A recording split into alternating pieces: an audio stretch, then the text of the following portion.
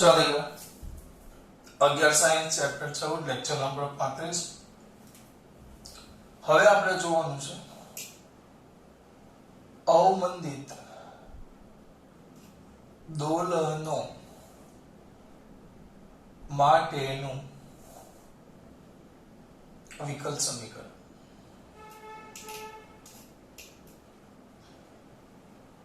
આપણે આગળ કયું જોયું સરળ અર્થગતિ માટે એટલે વિકલ સમીકરણ અને તેનો ઉકેલ.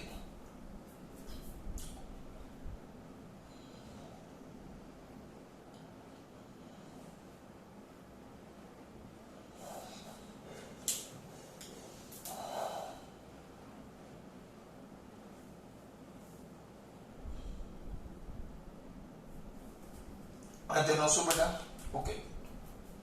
અવમંદિત દોલન એટલે આપણે ભણી ગયા ઘટતા કંપવિસ્તાર સાથે થતા દોલનોને કયા કહેવાશે? અવમંદિત દોલનો. તો અવમંદિત દોલનો માટેનું વિકલ સમીકરણ. સર પહેલા તો અવમંદન બળ આવે તો જ્યારે કોઈ પણ માધ્યમમાં ગતિ કરે, ધ્યાન રાખજો, તરલ માધ્યમમાં કોઈ દોલક ગતિ કરે, ઉદાહરણ તરીકે ચાલો આપણે આ સ્પ્રિંગ લીધેલી, એના સિવાય અંદરનો બ્લોક લટકાવેલો. આ બ્લોક પહેલા હવામાં છે અને પછી એ જ બ્લોકને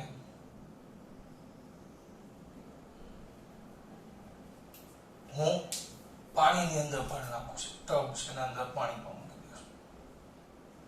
મૂકી દઉં છું. હવે આમાં એને 5 સેમી જેટલું ખેંચીને છોડી દઉં તો દોલન કરશે. 10 સેમી જેટલું ખેંચીને છોડી દઉં તો દોલન કરે.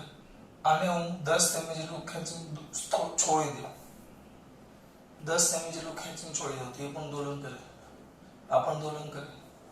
ટૂંકમાં બંને દોલન કર્યા જ કરે. તો કોણ જલ્દી સ્થિર થાય? તદમાં કોઈ રાખે સર પાણીમાં. ટૂંકમાં બે છે તો તરલ જ, પણ જલ્દી સ્થિર કોણ થાય? આ પાણી વાળું જલ્દી સ્થિર થશે. આ જે પાણી વાળું છે એ જલ્દી સ્થિર થશે. કેમ? કારણ કે અહીંયા અવરોધક બળ વધારે. તો યાદ રાખજો, એવું કે તરલમાં પ્રયોગો પરથી કીધું, તરલમાં દોલન કરતા આ દોલન કરે છે, દોલન કરતા દોલક પર લાગતો અવરોધક બળ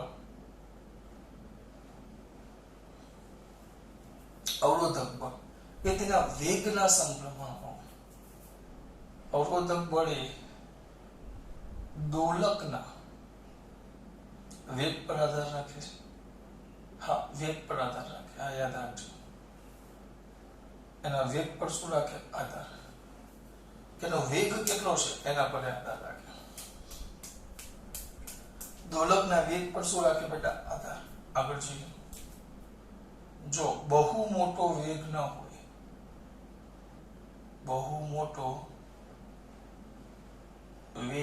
હોય, એટલે એકદમ ધીમે ધીમે ગતિ કરતો હોય આપણું દોલક. દાખલા તરીકે આ જે છે હવામાં ધીમે ધીમે, હજી આના કરતા પણ ધીમું ચાલે, સ્પીડમાં નહીં. હવે આમાં હોય તો ને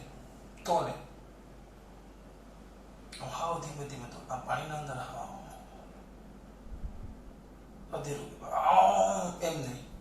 તો વેગ બહુ મોટો ન હોય, વેગ ન હોય તો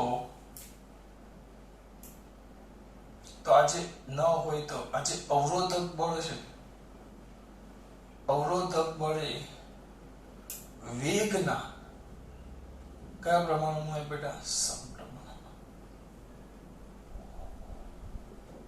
હવે આને ખબર પડી છે આ ખાસ. હા, પણ આગળ આ અગત્યનું છે. બહુ મોટો વેગ ન હોય તો જ આ તમે લખી શકો. વેગ નાનો હોવો જોઈએ, બહુ મોટો ન હોવો જોઈએ. બહુ મોટો ન હોય તો, વેગ ટૂંકમાં નાનો હોય તો અવરોધક બળ એ વેગના સમપ્રમાણમાં છે, એટલે એના પરથી એમ થાય FD ચલે છે V. હા, વેગના સમપ્રમાણમાં હોય ખરો, પણ દાખલા તરીકે તમે સાયકલ લઈને આમ આગળ સ્પીડમાં જતા હોય તો હવાનો અવરોધક બળ તમને ક્યાં લાગે? પાછળ.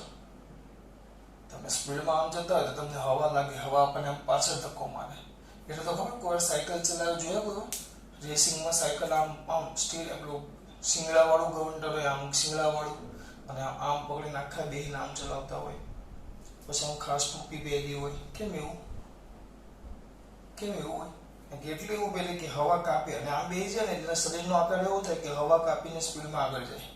ટાયર પતલા હોય, કેમ? એ પણ હવાનો એવી સાયકલ બનાવે કે જે હલકી હોય અને પતલી હોય. કેમ એ પતલી બનાવે? એટલે કે અવરોધક બળ કેવું લાગે? ઓછું. અને સાયકલ એવી રીતે કહી દે કે માણસ જ્યારે ચલાવે આમ આગળ આમ પેલું પકડવાનું હોય, હાથ આમ હોય, પછી આમ બેહીને આમ ચલાવતો હોય, એટલે આ જે શેપ બને એ શેપ હવાને કાપતો હોય, એટલે હવાનું અવરોધક બળ કેવું લાગે? ઓછું. અને સ્પેશિયલ પેલા કપડા પહેરે, એ સ્પેશિયલ કપડા બે કામ, એક તો લીસા હોય એટલે હવાનું અવરોધક બળ ઓછું લાગે, શરીર હાથે ચીપકી ગયા હોય. દાખલા તરીકે ખુલ્લા ગગ્ગા શર્ટ ને એવું હોય, શર્ટ ને ટી શર્ટ હોય ને એકદમ તમે આમ ચલાવતા હોય તો શું થાય? એનો અવરોધક બળ લાગે, પણ પેલું ચીપકી ગયા હોય એટલે સાઈઝ ઓછી થાય, અને કદાચ પડો તો એ થોડુંક મટીરિયલ એવું હોય કે આપણને વાગે નહીં. બે કારણ હોય એમ. તો આપણે એ બધું ન જોવાનું. ટૂંકમાં વેગના સમપ્રમાણમાં હોય અને વેગની કઈ દિશામાં હોય બેટા? વિરુદ્ધ દિશામાં.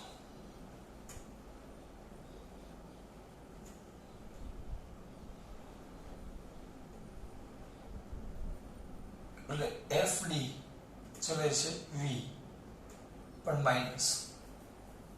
બરાબર? ચલે છે કાઢ નાખો. FD is equal to minus BV. આ થઈ ગયું તમારું સમીકરણ નંબર 1. ક્યાં? જ્યાં આ જે B છે ને, B એને કહેવાય અવમંદન અચળાંક. શું કહેવાય? આ જે B છે ને એને કહેવાય બેટા અવમંદન અચળાંક. ચલો એને થોડીક માહિતી મેળવીએ. અવમંદન અચળાંક એનો એકમ લખવું હોય એકમ, તો FD/V થાય. ખાલી એકમ લખવા માટે લખું છું. બેના સૂત્રનો પ્રકાર બને. મૂલ્ય નથી જોતો, ખાલી એકમ. તો એકમ થશે ન્યૂટન પર મીટર પર સેકન્ડ, ન્યૂટન પર ન્યૂટન મીટર પર સેકન્ડ. તો એવો તો લખો ન્યૂટન ઇન્ટુ સેકન્ડ પર મીટર. રેડી? હા. તેનું પારિમાણિક સૂત્ર બોલો. આનો એકમ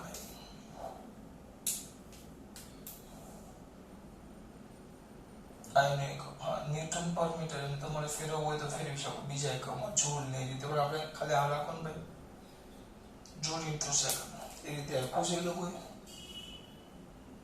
નથી આપ્યું, એક જ આપ્યું. જોવા દે. ન્યૂટન પર મીટર ન થાય, ન્યૂટન ઇન્ટુ મીટરમાં જૂલ ઇન્ટુ સેકન્ડ થાય. પાણીમાં 100 મૂકી દેવાના, 122. પેલો આવે 122 જૂલનું, અને પેલાનું આવે 112. છેલ્લું માઇનસ. યાદ આવે? એકમ. એનું પારિમાણિક સૂત્ર.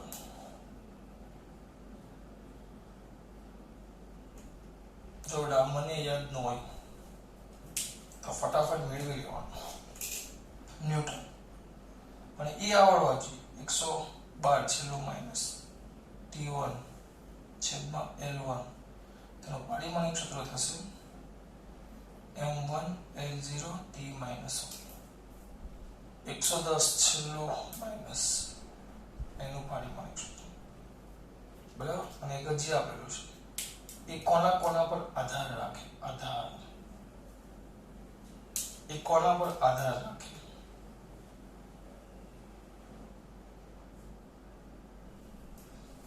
દેખાય છે? કોના પર શું રાખે બેટા? આધાર. તે કોના પર આધાર રાખે? તો પહેલો માધ્યમની લાક્ષણિકતા પર.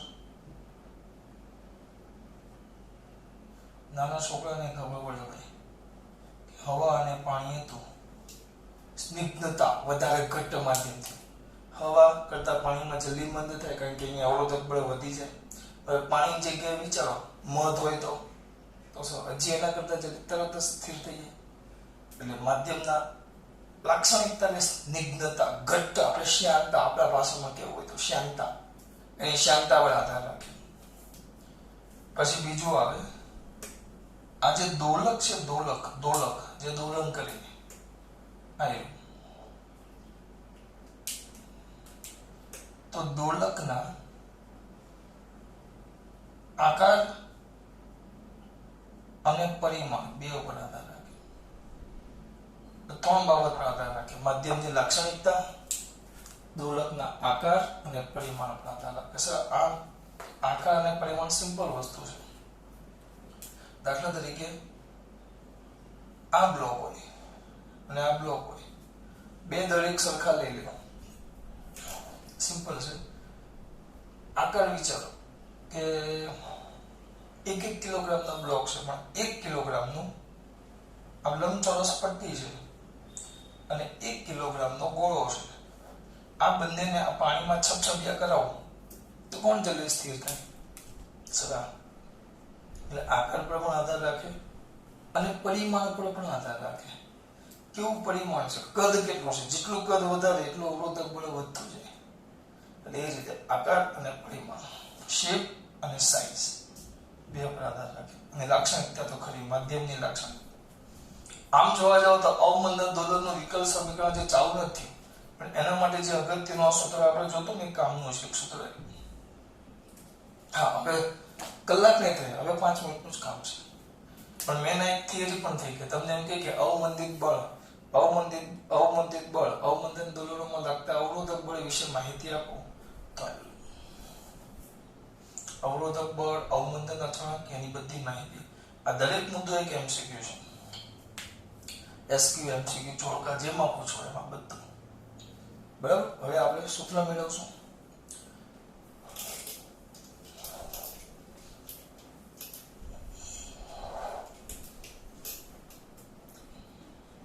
જોજો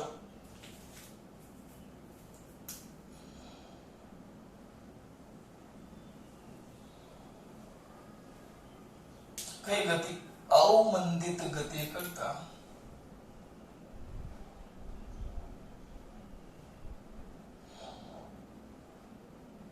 દોલનો કરતા દોલક પર બે પ્રકારના બળો લાગે.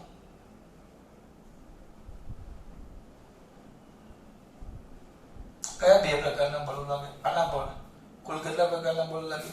બે પ્રકારના. કેટલા પ્રકારના બળ લાગે? બે પ્રકારના. પહેલું આપણે આગળ જે પહેલા ભણેલા પુનઃસ્થાપક બળ f of y is equal to minus ky. પુનઃસ્થાપક બળ પહેલું સરાવર્ત ગતિમાં લાગતું હોય નિયત બિંદુ તરફ અને નિયત બિંદુથી સ્થાનાંતરના સમપ્રમાણમાં લાગતું બળ f of ky. y ના જગ્યાએ x લખો તો પણ ચાલે. મેં પેલામાં y લખી નાખ્યું એટલે તમારે શું કરે કામ કરો, આપણે f of x લઈએ કારણ કે આપણે આ પાઠમાં બધી x ઉપર ગતિ લીધી છે. f of x minus kx. બરાબર. બીજું અવરોધક બળ FD is equal to minus BB. તો દોલક બળ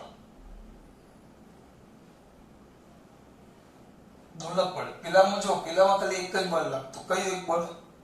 પેલામાં ખાલી એક જ બળ લાગતું. કયું એક બળ? પેલામાં એક જ બળ. કયું એક બળ? સર સામું હું જોઉં છું, તમે મારી સામે જોવો. કયું એક બળ? ખાલી પુનઃસ્થાપક બળ સરાવર્ત ગતિમાં. આમાં કયું? અવમંદન થાય છે, દોલનો મંદ જે વ્યવહારમાં ખરેખર હોય.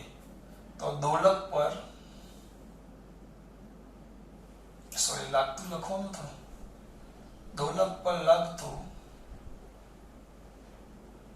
કુલ બળ. કુલ બળ શું આવે? F is equal to fx plus fd. तो fx therefore fx minus kx minus b અને f બરાબર તો આપણે ભણી ગયા ma ન્યૂટનની ગતિનો કયો નિયમ બીજો નિયમ સાઈડ પર લખી નાખો.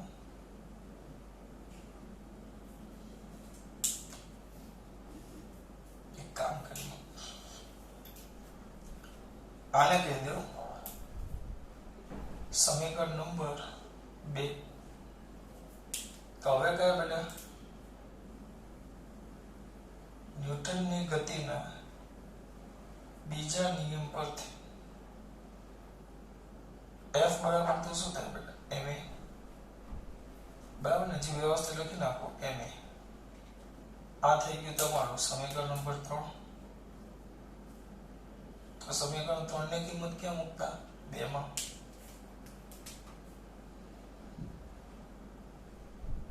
સમીકરણ 3 ની કિંમત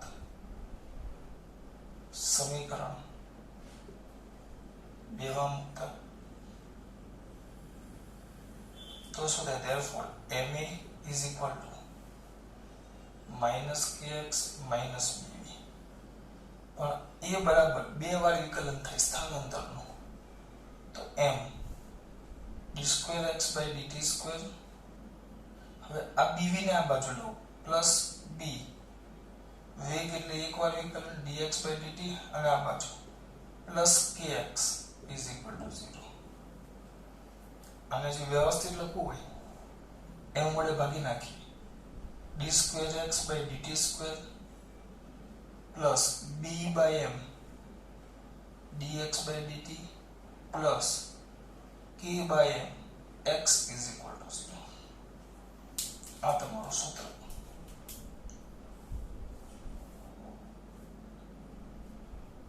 સમીકરણ નંબર 4 એ તમારું અવમંદિત દોલનો માટેનું વિકલ સમીકરણ. કારણ કે વિકલન છે જો એક બે વાર વિકલન દ્વિઘાત ને એકઘાત વિકલનનો બે ઘાત વાળો પદ ને એક ઘાત એટલે આ કહેવાય સમીકરણ 4 એ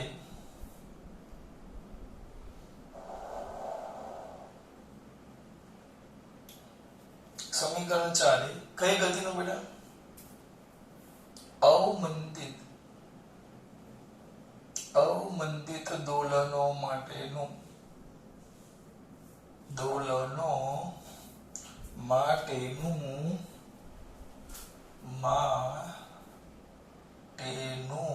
કયું સમીકરણ છે બેટા વિકલ્પ. આ થઈ ગયું તમારું સૂત્ર. હા હજી એનો ઉકેલ બાકી કઈ કઈ નથી પહેલા એકદમ સ્પીડમાં પછી આ રિવિઝન નહીં કરે પેલા આટલું જોઈ લીધું કે કોઈક માધ્યમમાં ગતિ કરતો હોય પદાર્થ માધ્યમમાં ગતિ કરતો હોય તો એના પર લાગતો અવરોધક બળ એના વેગના સમપ્રમાણમાં હોય. હા પણ આ ક્યારે સાચું છે વેગનું મૂલ્ય નાનું એટલે f ચલે છે સમપ્રમાણમાં એની વિરુદ્ધ દિશામાં f ચલે છે fd ચલે છે માઈનસ v ચલે છે કાઢી નાખો તો b ને કહેવાય અવરોધ ગુણાંક. બરાબર અવરોધ અચળાંક અથવા અવરોધ ગુણાંક એનો કોઈ નવું અવમંદન અચળાંક પણ કહેવાય. તો એ બીનો સૂત્ર કરતા બનાવો fd by v ન્યૂટન વેગ એટલે મીટર પર સેકન્ડ ન્યૂટન સેકન્ડ પર મીટર. પારિમાણિક સૂત્રોને આધારકોના પર આગળ લખી નાખ્યું એટલે કુલ કેટલા બળ લાગે 2. એક તો પુનઃસ્થાપક બળ લાગે જેને કારણે પાછું આવે અને માધ્યમનો અવરોધક બળ જેને કારણે દોલનનો મંદ બળ. પરિણામી 2 બળ એટલે આ 2 બળનો સરવાળો. આ x એટલે x વેગ એટલે dv f બરાબર ma a બરાબર d square x by dt square ને વેગ v બરાબર dx by dt આ બાજુ લાવો એટલે આ પદ આવી ગયું છે સૂત્ર. આનો ઉકેલ હવે લખવાનો તો સમીકરણ 4 નો ઉકેલ એ મેં તમને કીધેલું. હવે આ ઉકેલ તમારે યાદ રાખો. સમીકરણ 4 નો ઉકેલ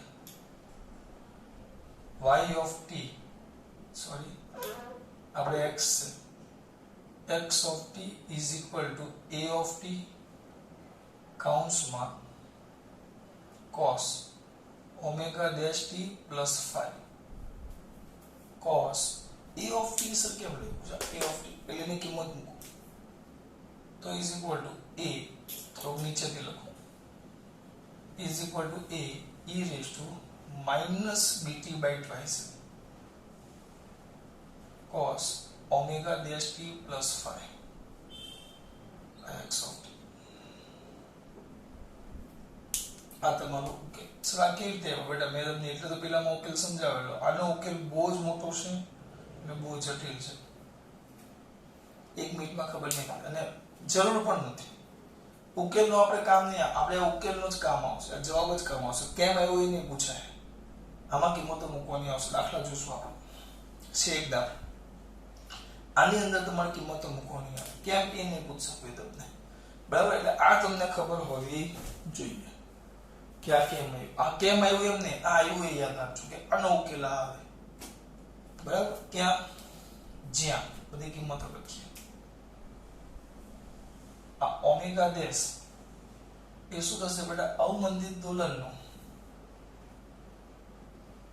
અવમંદિત દોલનોની કોણીય આવૃત્તિ, પણ એ કોણીય આવૃત્તિ ખાલી આવી નહીં, એનું ઓરિજિનલ સૂત્ર આવું થાય, કોણીય આવૃત્તિ ઇઝ ઇક્વલ ટુ વર્ગમૂળમાં, ખાલી સાદું નથી, એ વર્ગમૂળમાં છે, ભૂલ ન થાય, એ ક્યાં છે બેટા? વર્ગમૂળમાં। ક્યાં છે? વર્ગમૂળમાં, જો ધ્યાન રાખજો, ક્યાં? વર્ગમૂળમાં। 100 લખ્યો, બોલો ફટાફટ, k by m minus b square by 4m², આ એનું સૂત્ર છે, બરાબર। હવે જો, હવે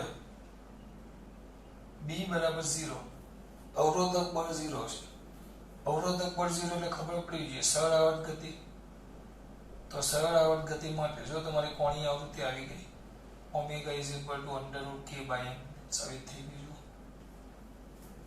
એટલે આ સાચું છે એવું આપણે લઈ શકીએ, કેમમાં પડવાનું જ નથી આપણે। 5 એ અવમંદિત દોલનોની પ્રારંભિક કળા છે, બરાબર। કઈ કળા છે? પ્રારંભિક કળા। તો અવમંદિત દોલનોનો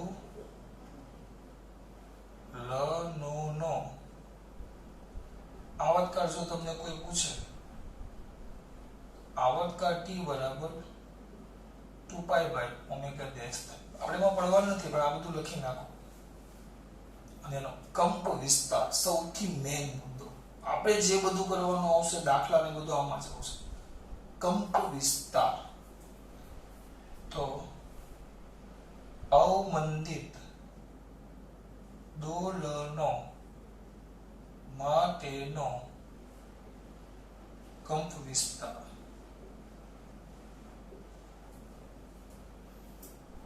A of t is equal to a e raised to minus bt by twice, જો ધ્યાન આપજો ખાસ, a e raised to minus bt by twice, થોડીક વાર પુશ કરીશ થોડુંક બોર્ડ ખસેડવા માટે, minus bt by twice,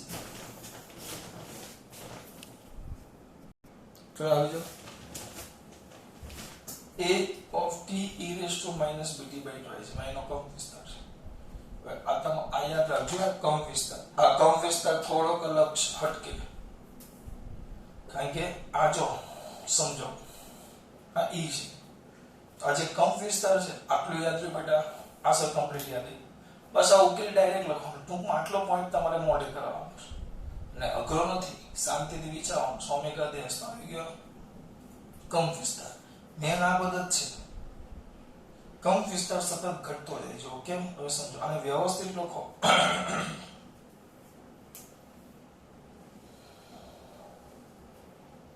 કંપ વિસ્તાર જો વ્યવસ્થિત લખો તો a of t is equal to a, e ની માઈનસ e ની bt by twice। હવે ધ્યાન આપજો, હવે જેમ t વધે, સમય વધે, એમ bt વધે, bt વધે તો e ની ઘાત વધે, e ની ઘાત વધે, e એટલે તમે કિંમત આગળ ભણી ગયા 2.718, એટલે 3 ની ઘાત વધે, આ e ની કિંમત છે 2.718, એટલે ટૂંકમાં e ની ઘાત 2.718 ની ઘાત વધે તો છેદમાં છેદ વધે, છેદ વધે તો a by e raise to bt by twice m. છેદ વધ્યો ને, છેદ વધે તો પરિણામી a ઓફ t ઘટે. એટલે જેમ સમય વધે એમ છેદ વધતો જશે. સમય વધે તો bt વધે તો આ ઘાત વધે, સમય વધે તો આ bt વધે, bt વધે તો આખી આ ઘાત વધે, e ની ઘાત વધે તો આ છેદ વધે, છેદ વધે તો પરિણામી a ઓફ t ઘટે. એટલે ઘટતો જાય કંપ વિસ્તાર ઘટતો જાય. એટલે કે સમય સાથે દોલકનો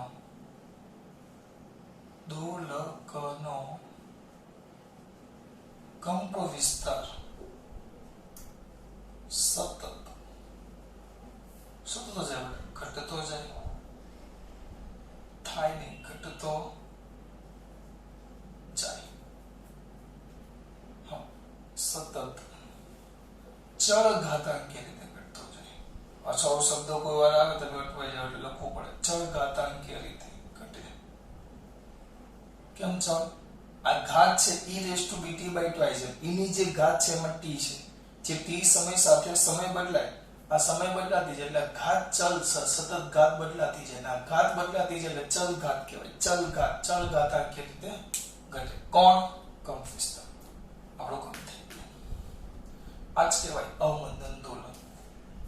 આ સૂત્ર યાદ રાખજો, બહુ જ કામનું છે.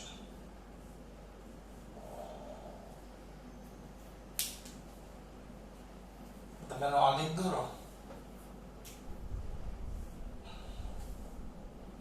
આ સમય t અને x ઓફ t કંપ વિસ્તાર.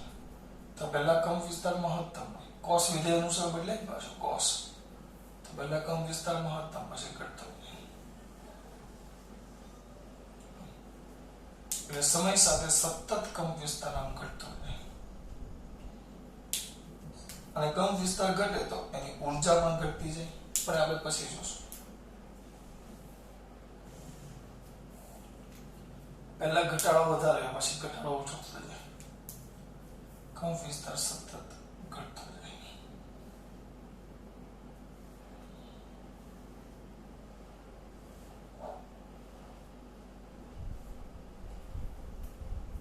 સતત ઘટતો જાય. આ થઈ ગયું તમારું અવમંદન દોલન. જમા દીકરાને ખબર પડી ગઈ હશે. યાંત્રિક ઊર્જાનું સમીકરણ બાકી છે, પણ આપણે થોડીક વાર પછી જોશું. એક મિનિટ હું રિવિઝન કરી દઉં તમને. કઈ નહીં, જો અવરોધક બળે વેગના સમપ્રમાણમાં પણ વેગની વિરુદ્ધ દિશામાં, એટલે f ઓફ d ચલે છે માઇનસ v, એટલે ચલે છે કાઢી નાખો તો b આવે. તો b વિશે માહિતી મેળવી આપણે આવી. એટલે બે બળ લાગે. એક પુનઃસ્થાપક બળ fd, f of x is equal to minus kx ને fd is equal to minus b. કેમ? આ બે બળનો સરવાળો. f બરાબર m એટલે અહીંયા m આવી ગયું. a બરાબર d square x by dt square, kx ના kx, b એટલે dx by dt, એટલે આ બધાને આ બાજુ લેવો એટલે પ્લસ થઈ ગયો. m વડે ભાગી નાખો. આનો ઉકેલ x of t is equal to a of t cos omega dash t plus phi. a of t એટલે આ ભાગ થાય. આ યાદ રાખવાનું. a e raised to minus bt by twice m. a of t is equal to a e raised to minus bt by twice m. એવું હોય તો 25 વાર લખી નાખજો. ગતિનો છે આનો કંપ વિસ્તાર, કોણીય આવૃત્તિ. 0 લેવો તો સરળ આવૃત્તિ થઈ જાય, કારણ કે 0 લેવો તો અવરોધક બળ ન હોય, કોઈ પણ અવરોધક બળ ન હોય તો સરળ આવૃત્તિ થઈ જાય ને. 5 કળ t આટલો આવડશે ખાસ વાત.